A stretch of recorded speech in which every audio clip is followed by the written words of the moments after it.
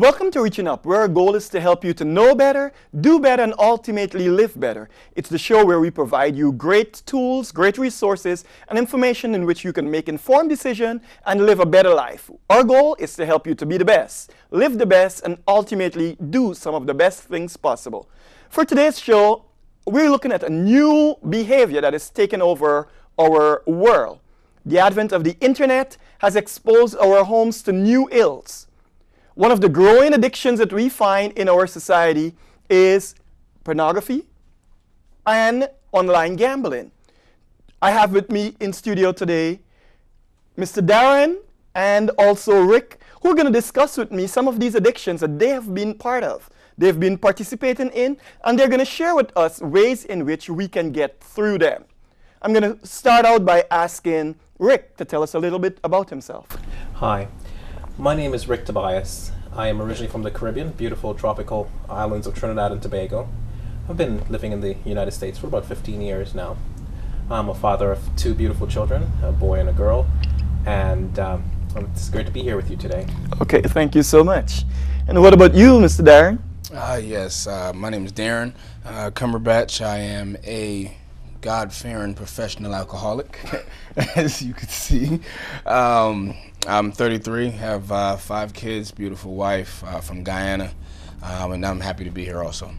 So good to have you guys here with us. Here we have 2 young men who, when you look at them, you see great outer personality, but we're here discussing addictions.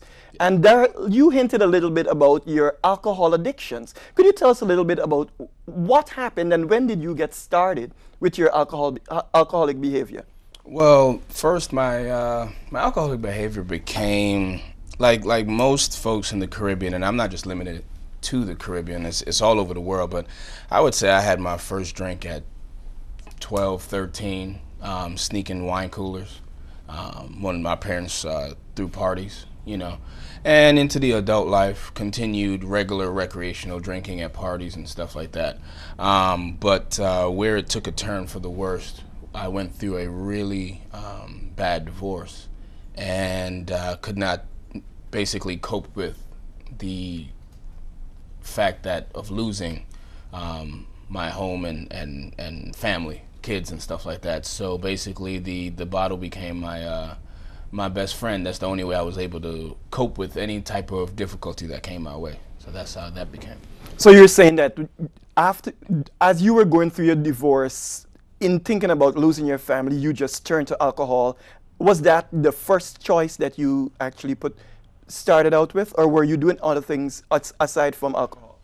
No, alcohol was basically that was regular in our household and my lifestyle and everyone who was around me. Basically, instead of doing it on the weekends while watching a football game or going to a club, it became, now it's every day. So every day at home you would drink alcohol? Every day. Wow. Rick, what about you? What is your addictions that you had, and how are you dealing with that? My addictions took the form of women and pornography. Women and pornography. Yeah. So here we are hearing of diversity. You're alcoholic and you're pornography. Wow. Tell us a little bit more about that. First, let me give you a background to how my addiction started. My addiction started as a means of coping with and escaping from some pains in my life.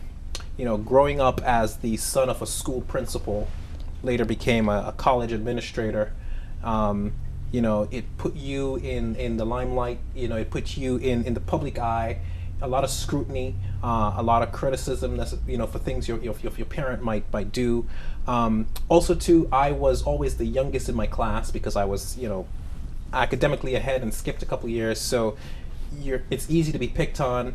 And also, too, athletically, I know I hadn't bent legs growing up, so I wasn't very strong athletically. That affected my self-esteem and things like that. So, you know, a lot of external pressures of teenage years and just, you know, other social pressures created a lot of pain in my life. And I found out that, you know, I had a way with the girls. You know, I would get along well, and that became my escape. You know. So both of you guys are pointing out here that you turn to these outside factors as ways of dealing with problems.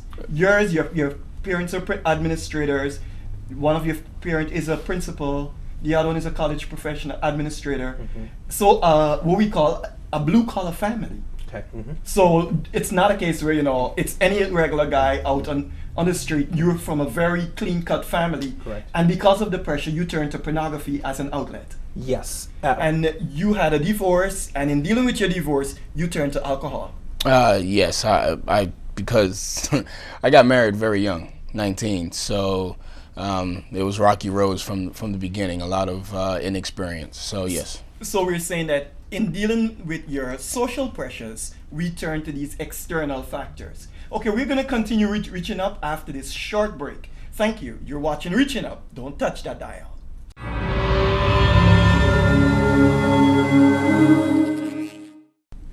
Welcome back to Reaching Up. We're here today discussing the issue of addiction, and I have with me here Darren. You were just talking about your early marriage that started out with a rocky beginning. Could you share a little bit with what really caused your marriage to get to a bad start? Well, again, like I said, we were young, 19, and basically I had my son at 19. We had our son, our first child, and what happened was basically I went from 19-year-old, grown adult, you know, working, paying bills, and the regular teenage lifestyle, young adult, I did not have. So my mind state, my mentality changed, where I was father, husband, when unfortunately for her, she was more concentrating on getting hair and nails done and gossiping on the phone with her girlfriends. So you know that's typical when you look at the age bracket. So both of you guys were teenagers. Basically, yes. You were teenagers, and the birth of this child or the occurrence of the pregnancy created this new development. Yes. And you decided to get married. Yes. We were already planning on getting married before the pregnancy. I got engaged at 17. So at what age you finished high school? 16. Okay, you finished high school. I finished high school early. Went to graphic design school, Pratt Institute in New York, and came back. I was living in Georgia at the time, and met my ex-wife during Caribbean Festival down in Atlanta. And we dated for 2 years, got engaged, and got married. And right after we got married, I think about 6 months later, our son was born. But like I said, the main core of our problems were of course, during up to that time, I was partying and doing all that stuff, whether it was strip clubs or playing basketball all night, hanging out.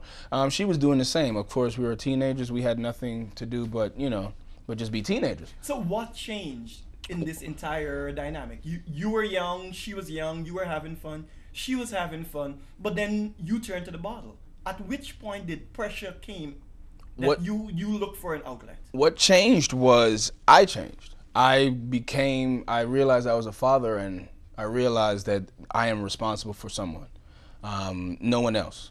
No, you know, I'm still my mother's child, but now I have a child of my own. And again, her responsibility, her, I don't know if the correct word, adolescence in her head, she did not mature. And I just turned it on. As soon as I found out I was having a child, I turned it on. So the way I picked up my drinking was when I came home, the same cup that I left on the table would still be there, and the entire house was nasty. So basically, I didn't want to even hear her voice. It got to the point. So at that time, you guys started fighting because your coping mechanism wasn't working? Yes, it was not working at all. Wow. Rick, what about you? When did you notice that your outlet to this pornography stuff became a problem? When was it out of hand? Well, allow me, if you may.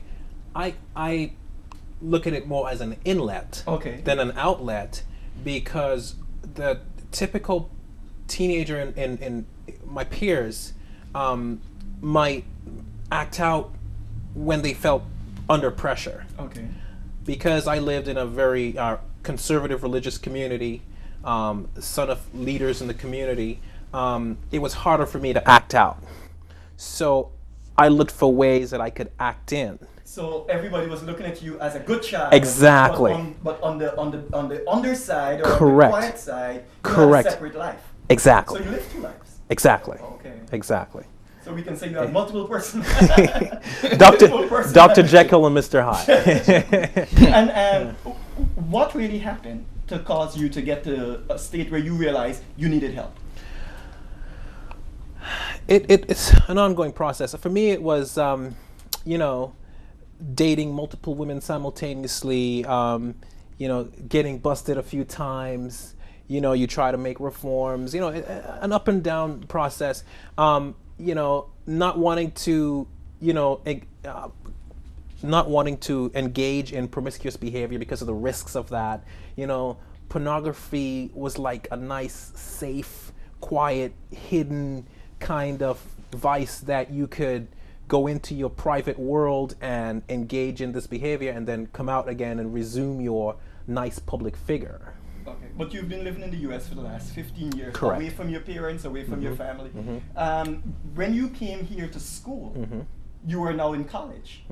This was before, this was some time ago. At that time, were you already an addict to pornography? I would say that I was. I would say that I was. And what was interesting is that being in my professional field, information technology, you know, working in a school setting, you know, you're the one responsible to protect other people from pornography. You're the one with the keys to the gate So that protected all the filters. Wow. You know, so and being an IT person, you know, there is all you know all the loopholes, all the way to get around the various protections. You know all the way to cover your tracks. You know all the ways to basically make things look normal after you know engaging in that kind of stuff. So that was my own trap. You know, like I said, here's the one that, you know, I'm the one taking care of making sure everybody's protected, complete access, and, you know, trapped in my own freedom. But this is a long period we're talking about. We're talking about from the time you started school. You went to grad school? I did. Okay, so you did 4 years of undergrad, then you did grad school, and now you're working as an IT professional, but you're still addicted to pornography. Correct. And at any point how did this affect your relationship? How did it affect your family life? How is it catapulted, and at what level did you think that, okay, this thing has gotten to an extent in which I need help? What made me see that I needed help was the fact that the behavior was getting, you know, progressively more controlling.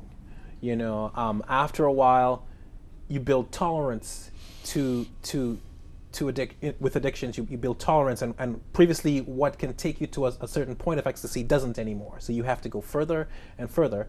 And for me, what really helped me was, you know, having, you know, my faith. My faith is what really brought the breakthrough for me. And when I say faith, what do I mean? Not just religion, because I've had religion all my life, you know, and religion can end up being just like a culture. It's just the way you grow up. It's just you know, and there's no necessarily a deep heart-changing effect. Okay. And it's, for me, it was at the point at which you know, faith started becoming a real experience where it started to change my heart and started to change my desires. That was when the awakening began for me. And was it affecting your marriage, or has it affected your marriage? It did. It did. It did, because pornography was my attempt at experiencing pseudo relationship. It was an escape. It was pseudo intimacy, false intimacy, where, you know, where you are unable to connect with your spouse in a meaningful way.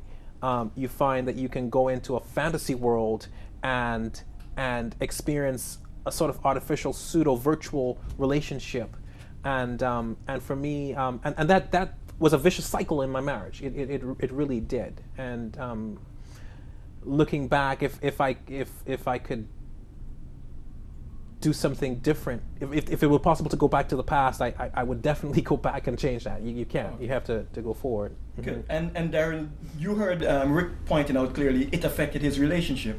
You note earlier that you turned to this because of the problems with your relationship. Yes. Yes, indeed. And that marriage ended. Yes. But you're married again now. Yes, I am. And has your alcoholism crept into your new marriage, or did you take it into your new relation? Yes. I told my wife before, well, first let me say my new wife, We got married after 3 weeks. Don't try that at home. Stop writing. You got married after 3 weeks. After 3 weeks, we got married. How long did you date it, Rick? We dated for about a year. You before dated a marriage. year. You dated 3 weeks. 3 weeks, Wow. and I told Don't her. try this at home, please. I told her that I did drink, and it wasn't excess, but I wanted to stop, and one day I was going to stop. But for right now, just give me time. And she basically, this is the first woman ever in my life that I told her don't trust me. I said, but I won't lie to you. And I told her I put everything on the table from day one. That's how it sped up in 3 weeks. So she knew every single pair of underwear I had, basically. So you're saying to me that you meet somebody, or you met somebody, and in 3 weeks' time, you've moved from getting to know you to being ready for a life partner? Yep. Just like that. When it fits, it fits. That's difficult to comprehend. I must admit, I'm not wanting to make a judgment. It's just difficult to comprehend. I can understand arranged marriages. I can understand where somebody in your family, and in several parts of the world this happened, where people arrange their marriages and they bring the girl to meet the guy, or bring the guy to meet the girl, etc. But this is a case where you went out on your own, met somebody, got in love. 3 weeks time, you got married. How is this marriage working? The marriage is working perfect. We've been married 2 years. You've been married 2 years. Been married 2 years, opposed to, now keep in mind, this took 3 weeks. We're married 2 years. When I was a teenager, got married the first time. We dated for 2.5 years, and I moved out after 6 months. Okay? So, and you have to understand, I'm 33 years old. When I met my wife, I was done playing, So you were 19 at that time. I was you 19. Met your wife. You guys got married, got pregnant, etc. At which point did your alcoholism become an uncontrollable factor in any of your relationship?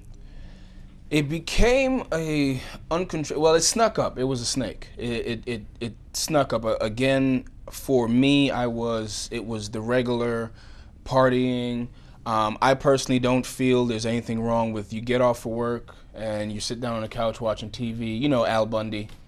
Put your hand in your pants and you have a beer. I have no problem. I have no problem. That is just me. That's just me. But I realized that for me to deal with her, because we have kids, and no matter what relationship I would have, I would still have to deal with her with our kids, because we did have plural kids. So not only on a child support level, but on a father level, that I have to deal with her. And she never changed. She still was the same person. So I just could not even, I could deal with you, but I could not deal with her. So if she came into the place, I had to have something, so I would not focus on her. I would just focus on you. And that became alcohol. Okay. And of course, since she's in my life and our kids aren't going nowhere, that became a problem that could not be turned off. So here we have addiction to pornography, here addiction to alcohol. But recently, actually, you came out of rehab, and that was one of the greatest things that I think we can take away from this entire show. Yes. You went to rehab. What got you ready for rehab? Well, like I said, when I first met my wife, even before I met my wife, like I said, I had you could put many different labels on it, spiritual awakening. I call it a by myself meeting, where, like I said, I sat there and I was tired of the way I was living. Many a nights I wasn't getting drunk anymore. It was just horrendous. It was just not feeling good about myself. So I always wanted to stop. And like I said, I told my wife when we first met that I wanted to stop. And this just happened to be the right time. It just worked out where we just moved from Atlanta here to Maryland. And the opportunity came up, and I was ready. My body was ready. My spirit was ready. And ultimately, God said this was the time that time to put it down. And how long did you stay in rehab? I was in rehab for 2 weeks. You were in rehab for 2 weeks. 2 weeks. Since you left rehab, have you had any relapse? No, have not had a relapse, even though there's a liquor store that is right across the street, probably maybe 250 feet at the most right across the street. So when we go grocery shopping, I walk past it every day.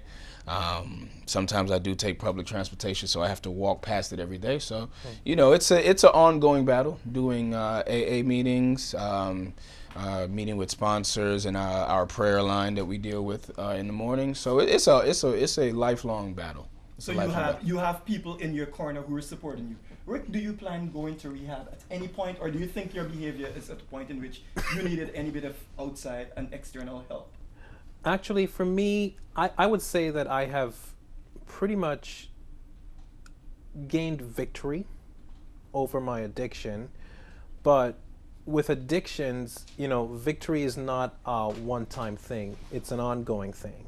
So I will be gaining victory I'll be gaining and keeping victory for the rest of my life. So with you gaining victory, you haven't relapsed. I have not relapsed. You haven't relapsed. No.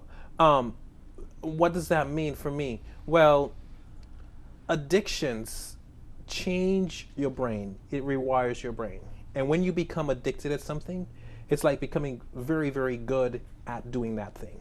And when I learned to play the piano and became good at doing it, even after not playing for many years, I can go back to playing the piano, and that ability is still there. That is such a great point. Analogy. But we're gonna be right back after this short break. Don't touch that dial. We're at Reaching Up, where our goal is to help you to know better, do better, and ultimately live better.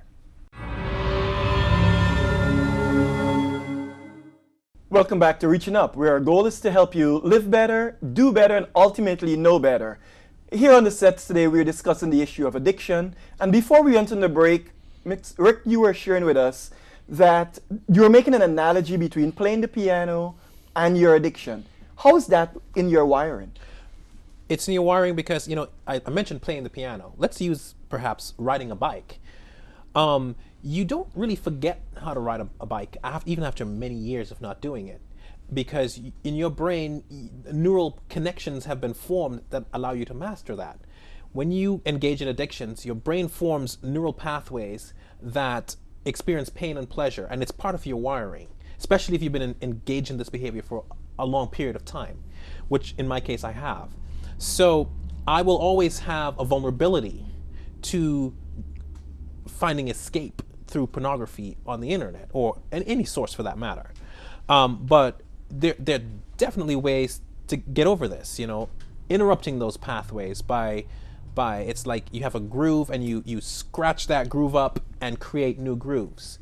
And for me, what has worked for me is things like avoiding triggers, things that will, take my mind and my desire back in that direction, whether it's certain types of movies or certain types of programs or certain types of books, or any triggers that create a desire to want to go back in that direction, eliminating those things and replacing it with healthy, wholesome, material and content that makes me a stronger person.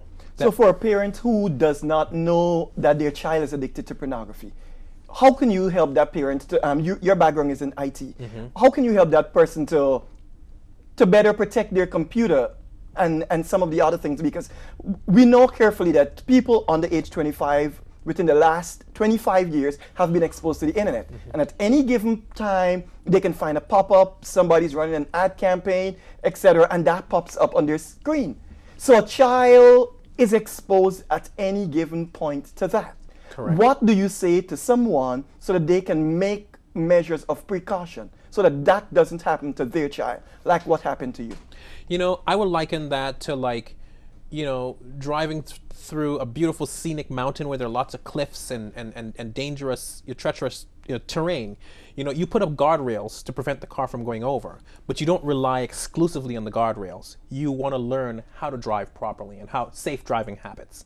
So working with kids, it's a twofold process. One, you do want to put some technological solutions in place to filter unnecessary stuff, but there will always be access to this thing. There will always be, and you can't prevent it from happening. So you want to teach safe driving habits, so to speak. You want to deal with the underlying causes, the emotional vulnerabilities that tend to push kids in that direction. How to cope with stress, how to cope with problems, how to overcome things that might lead to depression. the root causes as opposed to the symptoms, which is just the escape. The escape. And Darren, what are some of the things you would say to a parent whose child or someone who is dealing with an addiction of alcoholism? How can you talk to them upon being ready for treatment, going to treatment, and life after treatment? Well, knowledge is the key. Knowledge is the key. Not only with books, but you need to know what your child is doing. You need to know every single thing that you could find out. Like Rick pointed out, you can't. This stuff is going to be here. You can't stop using the computer. You can't close all the liquor stores. You can't just close all the casinos. You can't do that. You have to know the knowledge. You have to know the behavior patterns that your child is taking. And how do you know what the behavior patterns are? You look at yourself. Okay. You look at the triggers that sets you off, and you would see that in another person. If you saw yourself drunk, falling down, and you saw someone else stumbling, you would say, that guy's been drinking. But if you never saw a actual drunk operate, you would not know if they were drunk or not. So your knowledge is very key, because addiction is a disease. Dis means not, and ease means, well. So it's a dis-ease. And like Rick pointed out, your brain registers this addiction, every single thing that you do. So we are going to die as an addict, because our brain never drops it. So basically, if either I or Rick or anyone out there, if I stop drinking today, and 20 years from now, and let's say I was drinking a half a gallon every 2 days, and I stopped for 10, 20 years, and I'm 53, and I say, you know what, I could drink again. I've been sober for 20 years. What's going to happen is on that first and second day, I'll probably have about 6 drinks and get nice and tipsy and drunk, but on that third and fourth day, I'll be right back up to my half gallon again, because the brain picks up right where you left off. So that's why it's a constant struggle every single day for the rest of your life, because your brain remembers exactly where you left off. Since you left rehab, you have not drank since. What are the things that you've put in place so that you will, for the rest of your life, no longer drink? Well, for me, there's a lot of factors. God is definitely one of them, major one. My family, my kids, my health. When I went to rehab, I gained a whole lot of knowledge that my behavior, when you see it in black and white, it just opens your head, just peels the onion way back, where you just like, wow, I did act like that. I thought I was doing it because of this, but now, like he was saying, the neuroreceptors and all this type of stuff, and when you stop with addiction, when you stop abruptly, when you don't do it the right way and you stop abruptly, when you start back, not only are you going to go right back to where you left off, but you're going to do it even more, because your body try to compensate, because your body can't take it. Your body can't take it, but your mind is saying we need more. So both of them are not working in sync. So that's why it's you just got to have as much knowledge, and I try to think about it every single day. I think about my triggers. I stay away from all of my triggers, but I don't hide them either. And that's one of the things, we can't run and hide in a hole. And that's so good to know, because here we're hearing from both of you guys. Look, you've identified ways to deal with your addictions. You've identified ways to overcome them. And we will continue to seek ways and tools to provide people who are dealing with these addictions. Thank you so much for coming today and sharing your knowledge with people so that they can know how to overcome pornography addiction, which is a growing problem. How they can overcome alcoholism, which is also another big problem. I wanted to thank you for the wealth of information you've shared with the people today. And as always, our goal here on Reaching Up is to help you know better, live better, and ultimately do better. Thanks so much.